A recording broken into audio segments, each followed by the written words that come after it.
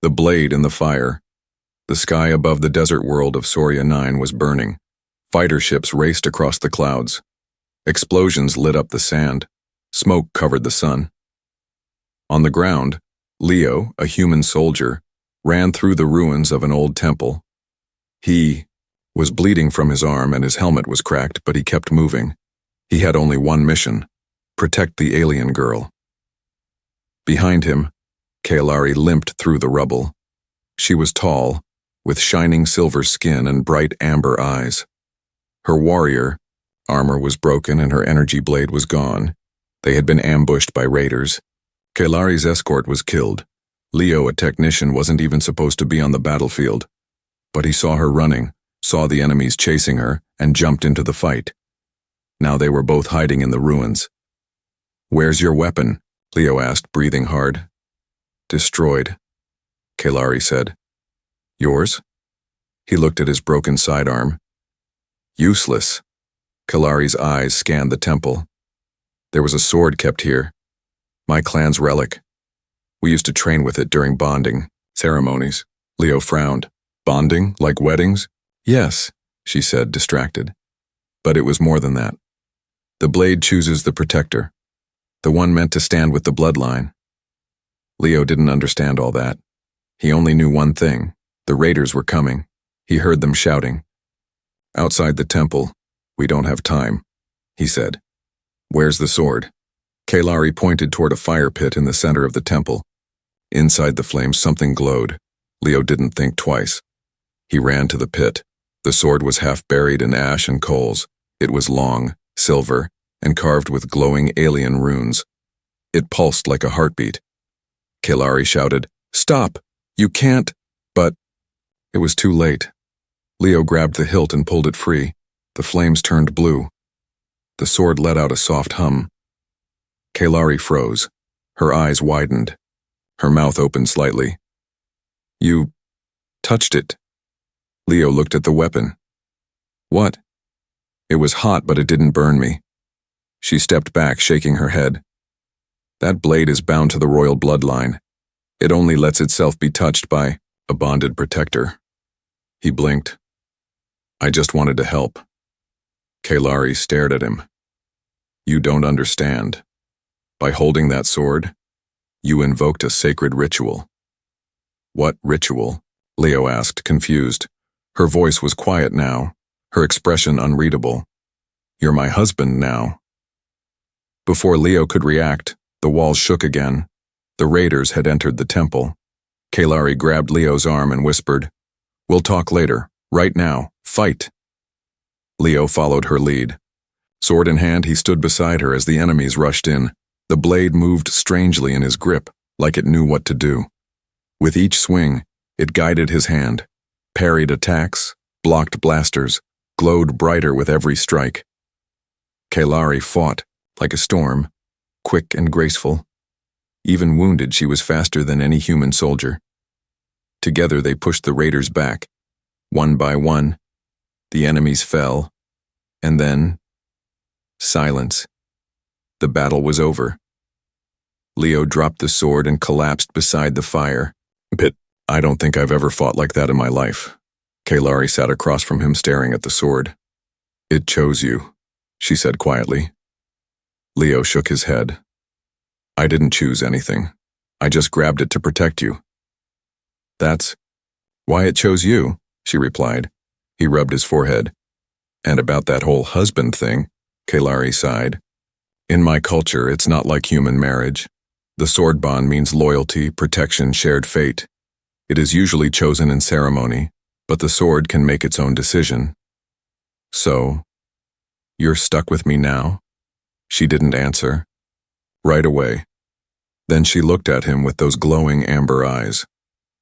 "I don't know what the elders will say, but by our law, yes, you're now part of my clan." Leo leaned back, staring at the smoky sky. "Great," he muttered. "I came here to fix satellite wires. Now I'm married to an alien warrior and holding a magic sword." Kailari allowed herself the smallest smile. "Welcome to the clan, Leo of Earth." But far above, A ship moved through the clouds, watching everything. Kelari's clan had received the signal. They were coming. And when they saw a human holding the sacred blade, they would demand answers, or blood. A bond he didn't choose. The sky above the ruined temple turned silver as a massive shadow passed over it. Kelari's clan had arrived. Dozens of sleek alien ships hovered low, their hulls marked with the same glowing runes that shimmered on the sword Leo now carried. Wind whipped through the crumbled stones as the lead vessel landed near the steps. Kelari stood tall, brushing ash from her armor. Her wounds still burned, but her posture was perfect. Calm, proud. Leo stood beside her, holding the silver blade. In one hand like a lost tourist gripping an ancient treasure. He leaned toward her. Should I, hide? Kelari didn't blink. If you do, they'll hunt you. Ah, great. The ship's door opened with a sharp hiss. Out stepped Elder Varel, Kelari's uncle, leader of her bloodline. Tall, armored in silver and black. His eyes were harsh, his expression harder. He scanned the temple, the smoke, the bodies of fallen raiders. And then he saw the sword in Leo's hand, his eyes locked. The entire group behind him stopped. Silence. Then Varel spoke. Who dares touch the blade of union? Leo raised a hand awkwardly. Hi, I'm Leo, human, technician, just, helping. Varel's face twisted. That blade belongs to Clan Nyrex. No outsider may hold it. Kelari stepped forward. He used it to defend me, uncle. Raiders attacked. I was unarmed. He saved my life. Varel looked at her. He touched the sword? Yes. Willingly? She nodded. Varel's fists clenched. You know what that means? Leo glanced between them. Can someone explain what it means without the death stare? Kelari sighed. You're now considered bonded to me, as a protector, a partner, a husband. Leo blinked, still hoping that's a metaphor. It's not. Varel stepped forward, his voice sharp like a blade. Human, you will surrender the sword. Now. Leo looked down at the glowing weapon. It still felt warm, alive, like it was breathing in his hand. I was just trying to help, he said. I didn't know what the rules were. Varel's voice darkened. You don't belong to our world. This sword is sacred and you are... Suddenly, the blade flared, bright, white, burning with silent fire. Everyone stepped back. Leo froze. Did I break it? Kelari stared in disbelief. No, it's accepting you. Varel's jaw tightened. The blade never lies. Whispers spread through the warriors. The sword chose him. Outworlder. He's part of the bond now. This breaks 1,000 years of law. Varel turned his back, furious. Bring them to the fortress. Let the council decide his fate. Leo leaned toward Kelari. Wait. What? Kind of fate are we talking about? She didn't answer. That silence was louder than a scream.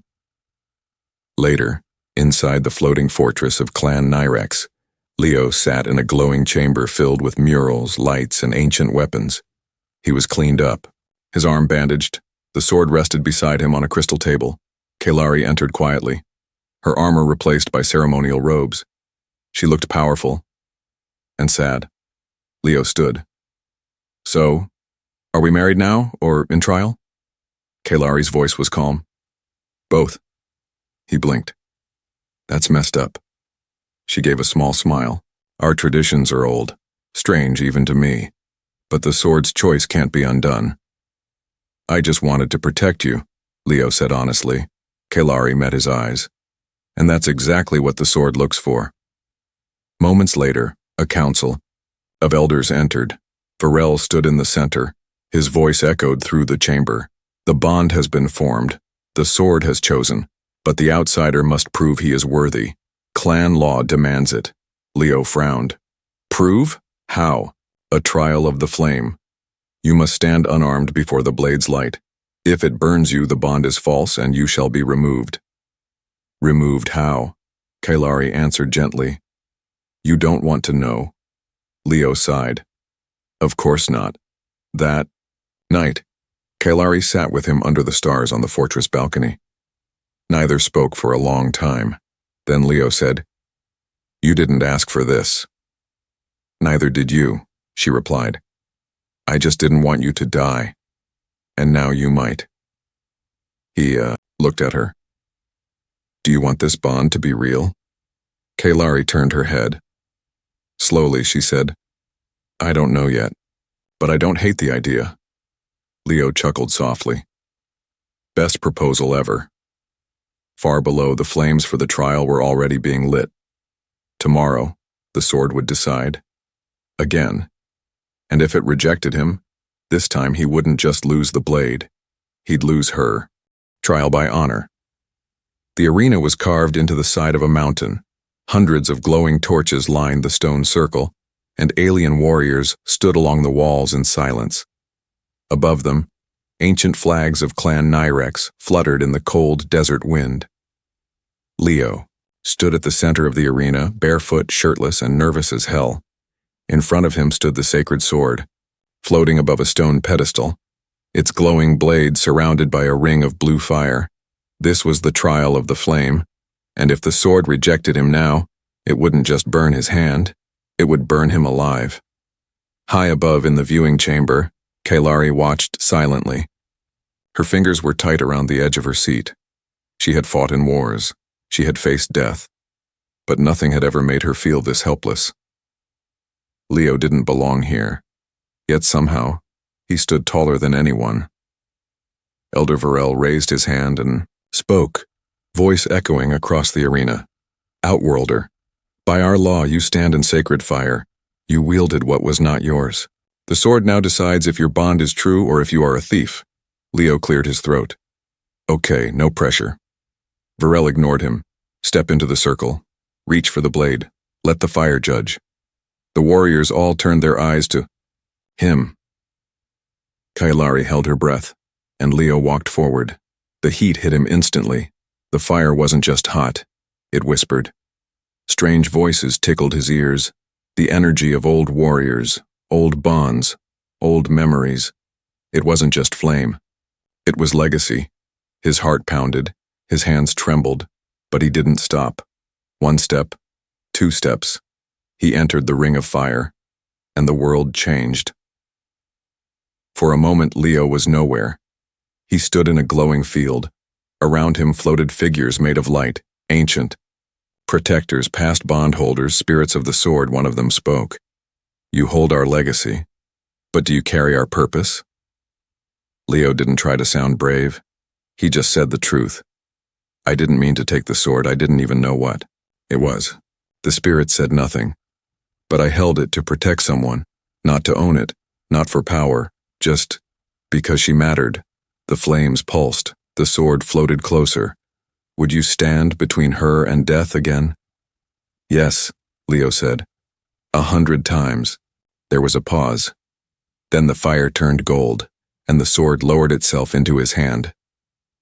Outside the vision, the flames exploded upward. The crowd gasped. The sword glowed brighter than ever. Leo stood in the middle of the fire, untouched, unburned, unshaken. The blade rested calmly in his grip as if it had waited for him all along. Elder Varel's eyes widened. He couldn't deny what he saw.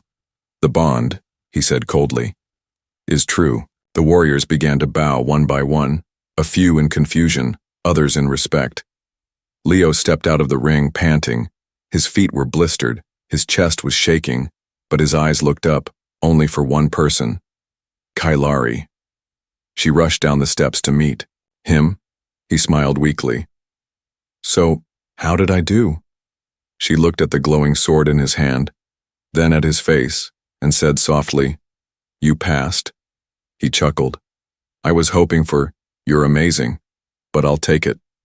Kailari's face softened. She reached out and took his hand. Her people stared in shock. Never in clan history had the warrior taken the first touch after the trial.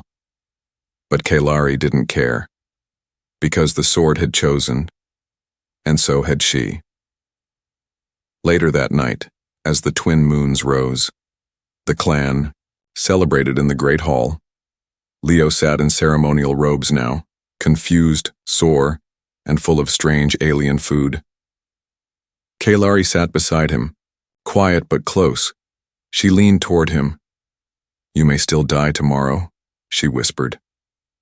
"You've just earned the right to do it as part of the family." Leo raised his cup. "Best family reunion ever." They both laughed.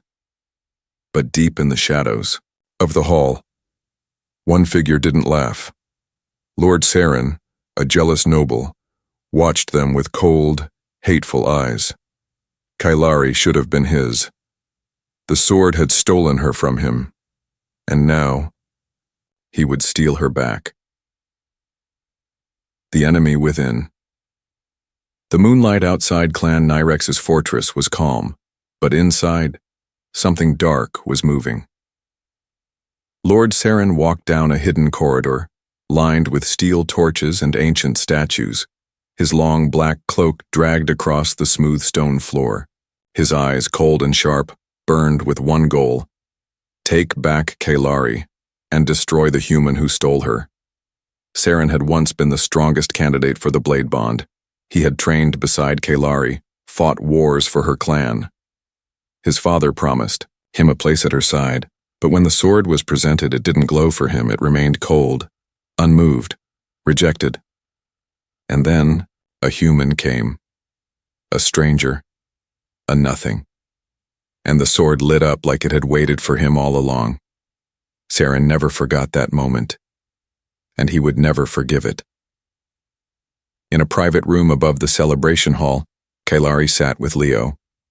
The party was still loud, downstairs, but they had slipped away. He stretched his sore legs. "I think one of those old warriors nearly crushed my spine when he hugged me." Kalari smirked. "That was my cousin. She likes me? She hasn't decided yet." They both laughed. For a few minutes things felt light, almost normal, but Kalari's smile faded. She stood and walked to the window, arms crossed. "Leo," she said quietly, "not everyone here accepts our bond. Some believe it was a mistake." Leo joined her side. "Let me guess. Tall guy, creepy eyes, looks like he smells like metal and anger?" "Karen." "I noticed." Kalari turned. "He trained for years. He thought the sword would choose him." "Let me guess again," Leo said. "Leo? He's not happy it chose me instead. He's dangerous." Leo was quiet. "Do I need to sleep with a knife now?" Kalari didn't smile. "Yes." That night, Karen met with 2 masked warriors in the lower tunnels. He must be removed. Saren growled. One of the warriors hesitated. "The sword has accepted him. To kill him now." "Will look like an accident," Saren interrupted. "We'll make it seem like he ran. A coward. A fake. The bond will break." The other nodded. "And the princess?" Karen's voice lowered. "She will mourn. But in time she'll remember where she truly belongs." He pulled out a small vial of silver liquid. "Poison his drink. Do it tonight." Upstairs, Leo sat in his room. The sword rested beside him on the bed. He stared at it. It still glowed. Soft, steady, warm, not like a weapon, more like a friend. He didn't fully understand its magic, but he knew this much.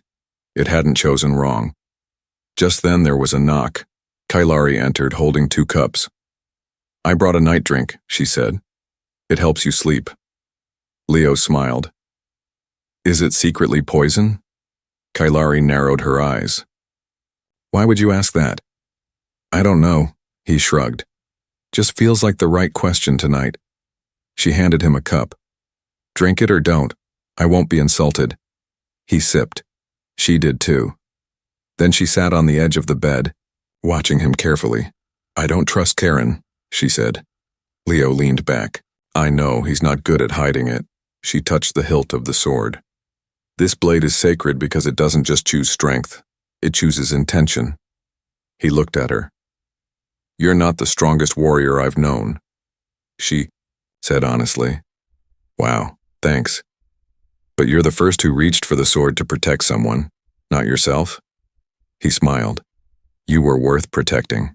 Later, when Leo finally slept, Kailari stayed near the window. A shadow moved in the hallway. She heard it. Quiet steps, too smooth, too late at night. She grabbed her blade and stepped into the hall. Two masked warriors stood at the far end. They froze when they saw her.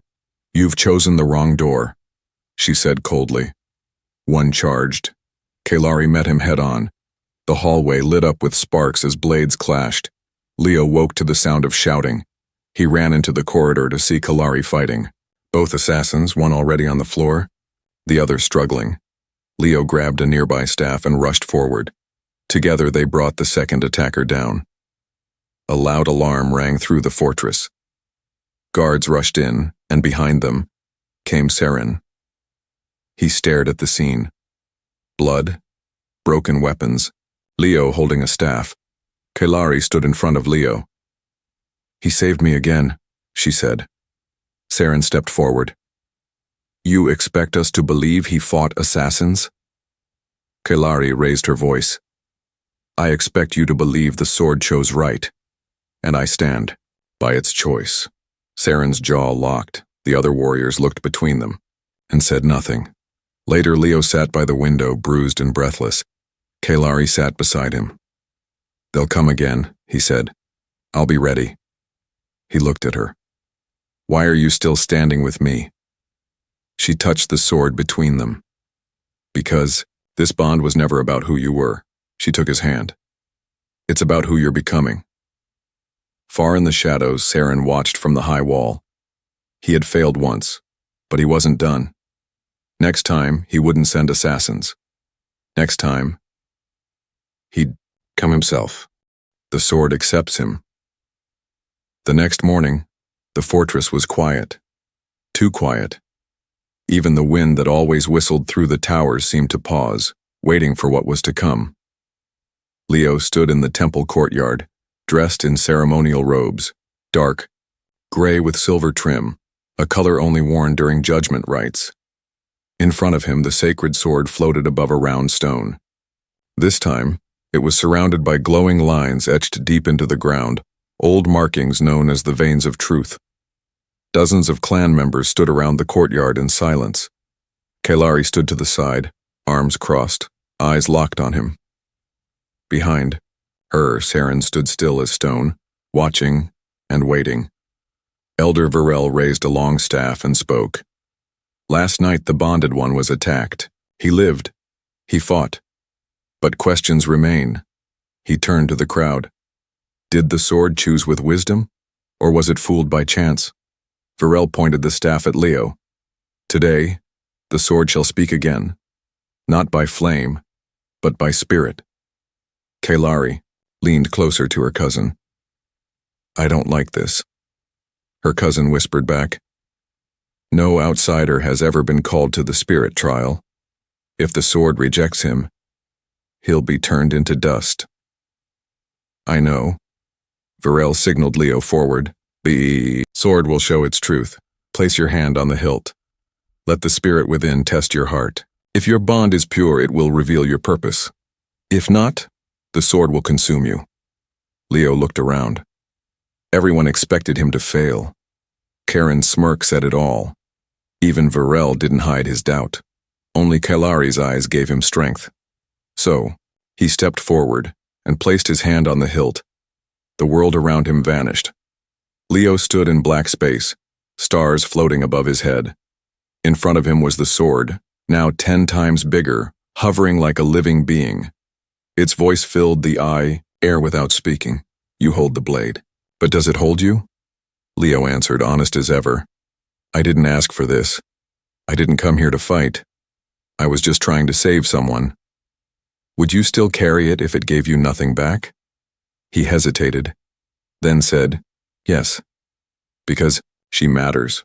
More than the title, more than the bond, more than this sword. The blade glowed. Show us who you are. The stars around him shifted. Now he stood on Earth, his home, his family, his normal life. A voice called, you can go Back you can forget her, no pain, no war, no blood. Then the vision changed. He saw Kailari, bleeding, alone, falling beneath enemy blades. The sword hovered between the two visions. Choose. Leo stepped toward Kailari without hesitation. The sword pulsed gold. Then you are worthy. It flew to his hands. Not floating, not offered, but bowing. For the first time in history, the sacred sword lowered itself to the chosen one. Back in the real world, a blinding light erupted from the temple floor. The runes beneath Leo's feet ignited. The stone cracked. Everyone stepped back. Saren's face dropped in disbelief. The sword floated into Leo's grip, calm, glowing, alive. The courtyard filled with warm wind. A whisper rolled across the circle, though no one had spoken. He has been accepted. Virel dropped his staff. Kailari's mouth opened slightly. Karen clenched his fists. But no one could argue with what they saw. The sword had chosen again. Not by mistake, but with purpose. Later that night, the sky above the fortress lit with fire, lanterns in celebration. Music filled the halls. The people of Clan Nyrex had no choice but to accept Leo now, not as a guest, not as an outsider, but as one of them. Kailari found him standing on a balcony staring at the stars. He didn't look like a warrior. He looked like someone still wondering how this all happened. She walked beside him, quiet for a moment, then said, "The sword doesn't kneel often." Leo shrugged. "Maybe it slipped." She smiled. "You made it kneel, Leo. That blade carries the blood of our past. It doesn't follow weakness." He looked at her. "And what about you? Do you?" Kailari looked into his eyes, her voice soft now. "I don't follow anyone, but I stand beside those who earn it." He reached for her hand. She didn't pull away. Down below, Saren stood in the shadows of the garden. He stared at the couple on the balcony above. The blade had accepted Leo. The clan had accepted Leo, but he never would. His next move wouldn't involve blades. This time he would use something far more dangerous. Law. More than a symbol. The next morning, Leo woke up to the sound of shouting. Not battle cries. Council voices, angry, fast, cold. He sat, up in his chamber, rubbed his eyes and grabbed his tunic. Before he could reach the door, it slid open. Kailari stormed in. Her jaw was tight, her eyes sharp. "They've summoned you," she said. Leo blinked. "Summoned who?" "You, to the High Council." "What for now?" "I passed the sword trial. I didn't burn, didn't explode, didn't run away. I even smiled at 3 elders yesterday." Kailari didn't smile back. "This isn't about the sword anymore," she said. "It's about me." Inside the grand hall, the Council of Elders sat in a wide circle of crystal chairs. Light from the ceiling above poured down on Leo like a spotlight. Elder Virel stood in the center. Next to him, Karen. Kailari stood beside Leo, arms folded, chin raised. Leo whispered, "What's he doing here?" Kailari didn't answer. Then, Saren stepped forward. His voice was calm. Too calm. "Members of the council, we all agree the sword chose him. That cannot be undone. But there is another law, one older than the blade itself." The room went still. "Outsiders may bond with one of our own," he continued, "but they may not inherit title, land, or leadership, unless the bond is chosen freely, by both parties." He looked at Kailari now. "Princess Kailari, daughter of House Nyrex, did you choose this human as your mate by your own will, or did the sword force your hand?" Whispers filled the room. Kailari's lips parted, but no sound came out. Leo looked at her, surprised. Hurt flickered across his face. She hesitated. Saren pressed further. "Speak, Kailari.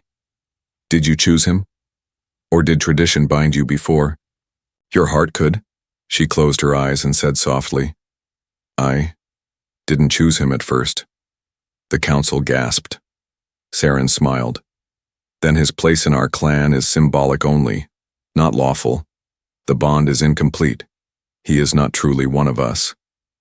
Leo, stepped forward, voice louder than the silence. I didn't come here to be a leader, or a prince. I didn't even know what the sword was when I picked it up. He looked around the hall. I only knew she was in danger. And I ran toward her. He turned to Saren. If this is about politics, take your throne. I don't care. He turned back to Kailari. But if this is about us, I need to know. Her eyes met his.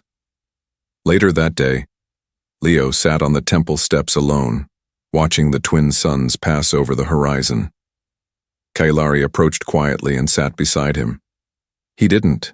Look at her, she spoke first. I froze in that chamber, not because I doubted you, but because I was afraid the clan would twist my words, use my feelings against us. Leo nodded slowly. Do you have feelings? He asked. She reached into her pocket and pulled out a tiny woven thread, half silver, half blue, a piece of her clan's bond ribbon.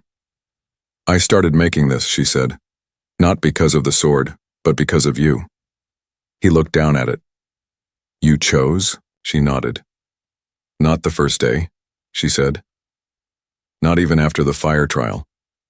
But sometime between your terrible jokes and the way you fight for people you don't know, I stopped seeing a stranger. Leo swallowed hard. So what now? Kailari stood. She turned and offered him her hand. Not as a warrior, not as royalty, but as a woman making her own choice. I choose you, she said. Leo took her hand and rose. You always had better timing than me. The next day, the council reconvened. This time, Kailari spoke first. Let it be recorded, she said loud and clear, that I choose Leo of Earth as my bonded partner, not by sword, not by fire, but by will. Even Varel couldn't object. Saren tried to speak, but the council silenced him. That night the people celebrated again, this time not because of a glowing sword or an ancient rule. They celebrated because the bond had become real. Leo stood, with Kailari at the edge of the balcony, music echoing below. She leaned close and whispered, You're not just holding my sword anymore. He looked at her. What am I holding now? She touched his chest. My future. In the dark garden below, Saren slipped away into the shadows. This time he carried no blade, only a message. He would leave the clan behind, but not the fight, because if he couldn't break the bond, he would break the world around it. Husband by honor, warrior by choice. The sky above Soria 9 was dark once again, but this time, it wasn't smoke. It was war. A fleet of black warships hovered over the desert plains. Each one carried the mark of House Veltar, Saren's new allies. A rival clan, ruthless, armed, furious. At the center of the largest ship stood Saren, no longer wearing the robes of Nyrex but clad in new armor. Sharp, cold, silver over black. If she won't come back to me, he whispered, then I'll bury her bond in dust. Back at the fortress, alarms blared. The elders panicked, and in the war hall, Kailari stood tall, calm as stone. Leo was beside her, wearing the armor of her clan for the first time. Not a symbol, not a costume. It fit. Karen's not coming. To talk, Leo said. No, Kailari replied. He's coming to destroy everything that made me choose you. Leo took a breath. Then let's show him why you did. The war drums echoed across the cliffs. Clan Nyrex lined up, row after row of warriors. But at the front stood Leo, sword in hand. He looked out at the army before them. Outnumbered, outgunned, but not outwilled. He raised the glowing blade high. It pulsed once, lighting up the symbols on the warriors' chests. Kailari looked at him, her voice low. Tradition says I lead. Leo nodded. Then walk beside me. She smiled. Always, the two armies clashed beneath the twin suns. Metal met metal, blasters roared. But through the chaos, Leo moved like fire. The sword wasn't just guiding him now. It was answering him. He wasn't the same man who had picked it up in panic. He was fighting for her, for their bond, and for the right to stand beside her, freely. Kailari fought near him, spinning, striking, leading her people with pride. Together they were unstoppable. High above, Saren watched from the ridge, his teeth clenched as he saw Leo cut down one of his champions. He jumped from his ship and landed hard on the rocks, drawing his curved blade. Leo turned just in time. Saren stood across from him, helmet off, face twisted in rage. "You think this bond makes you one of us?" he shouted. "You're still an outsider. A joke." Leo didn't raise his sword yet. He just said calmly, "She chose me. The sword chose me. And now, I choose to end this." Saren attacked. Their blades clashed with a sound like thunder. Saren was faster, stronger. But Leo had something Saren didn't: clarity. He wasn't fighting for pride or legacy. He was fighting for someone else. The duel was brutal. Cuts, bruises, blood. But Leo didn't fall. When Saren finally raised his blade for the final strike, Leo dodged, spun, and knocked the weapon from his hands. He placed the sacred sword at Saren's throat. Saren laughed bitterly. "Do it." Leo stared at him, then dropped the sword to the ground. "No," he said. "I'm not here to take lives. I'm here because she believed I was more than a fighter." He turned to the clan. Warriors now surrounding them. "She chose me, I chose her, and this is the end of old wars." Saren looked around. No one came to his side. Even his own warriors lowered their weapons. He was alone, defeated, not by death, but by something stronger: honor. Hours later, the battlefield was silent. Saren was taken away in chains. The skies cleared, and the people of Soria 9 had seen something they'd never forget. A human standing in front of a royal alien army, not as a trophy, but as a partner, a protector, a chosen one. That evening, Leo and Kailari stood at the edge of the high tower. The wind blew gently through her hair. The sword rested in his hand. Quiet now. "I never asked for this," Leo said. Kailari smiled. "Neither did I. But I'd choose it again." She took his hand. "So would I." In the distance, fires burned not for war, but for peace. The clan sang not of ancient heroes, but of the human who held the blade and gave it back, not for power, but for love.